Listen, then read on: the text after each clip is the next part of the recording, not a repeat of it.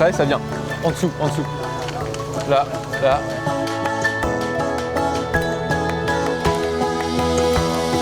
Là, on a un ouvrage qui a été partiellement arasé et donc où la circulation des sédiments et des poissons a été rétablie, qui donc on peut mesurer à travers les indicateurs comme les pêches électriques l'effet de ces travaux sur les populations de poissons et sur l'amélioration de la qualité de l'eau. Aujourd'hui, pour mettre en œuvre ce genre de travaux sur le Courtino ici, mais à l'échelle du bassin, sur d'autres cours d'eau du bassin versant, il est nécessaire de travailler avec des partenaires techniques, de partenaires financiers, avec le syndicat de la Manse, définir les opérations les plus efficientes, mettre un plan de financement et pouvoir mettre tout ça en musique, c'est nécessaire de travailler en concert avec tous ces acteurs.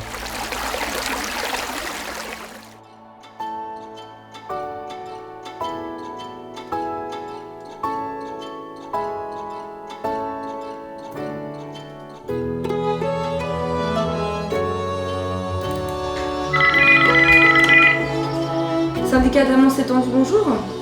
Le syndicat de la Manse est un regroupement de collectivités qui finance son fonctionnement. Et à partir de là, on a des techniciens qui sont sur le terrain.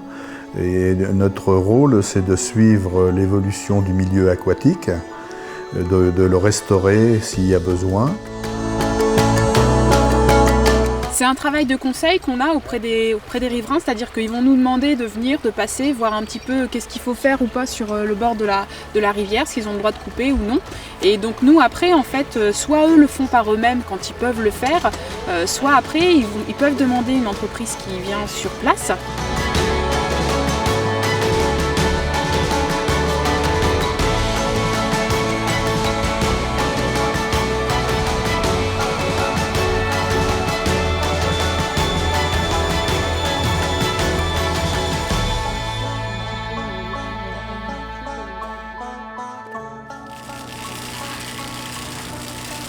Il y a effectivement du savoir-faire et du conseil, notamment nous on enlevait le bois surtout pour nous, pour que ça fasse plus propre, mais c'est vrai qu'avec le syndicat on a aussi considéré que c'était un problème aussi d'écoulement des eaux, de continuité piscicole et sédimentaire, et que ça allait au-delà du fait d'enlever des arbres pour se chauffer.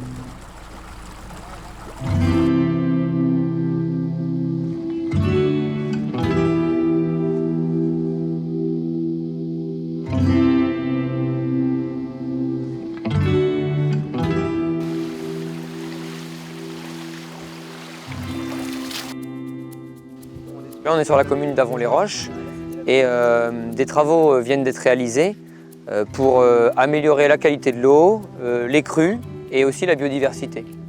Et ce type de travaux-là, c'est vraiment notre cœur de métier pour justement améliorer notre environnement localement. Là, on est en bordure d'un cours d'eau. Des étudiants ingénierie des milieux aquatiques sont venus observer ces travaux. C'est dans le cadre de leur formation. L'idée, c'est qu'on puisse expliquer le bien fondé des opérations. Ça peut être un groupe d'élus, ça peut être un groupe de riverains.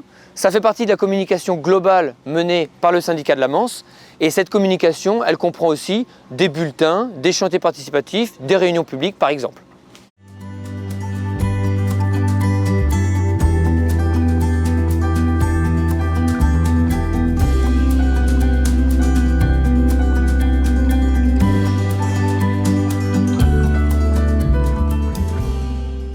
Nous sommes au bord de la Manse, à côté d'une prairie qui fait presque 3 hectares. On a surtout des prairies de longue durée. Et derrière une prairie longue durée, on a très peu de repousses de mauvaises herbes, ce qui permet de limiter l'utilisation des produits phytosanitaires. On a introduit du trèfle blanc dans les rotations, dans les prairies notamment, qui permettent de capter l'azote de l'air et de ne pas apporter d'azote dans le sol. Ce que l'on observe, nous, c'est une couleur du lait qui est différente entre une ration avec du maïs en silage et une ration à base d'herbes pâturées. Et le consommateur le voit peut-être, on a notamment sur le beurre également, on a un beurre qui est plus jaune et un petit peu moins blanc justement. Alors, le goût, Le goût, ça, c'est affaire de goût, je dirais. Je suis également engagé à la Chambre d'agriculture, qui a été partenaire d'une action sur le bassin versant de la Manse, visant à réduire l'utilisation des produits phytosanitaires de à peu près 50%. Cette action a duré 5 ans, pratiquement un quart des agriculteurs du département qui sont lancés dans cette dynamique, et on réfléchit avec l'Agence de l'eau et différents partenaires à prolonger cette action pour, j'allais dire, transformer l'essai.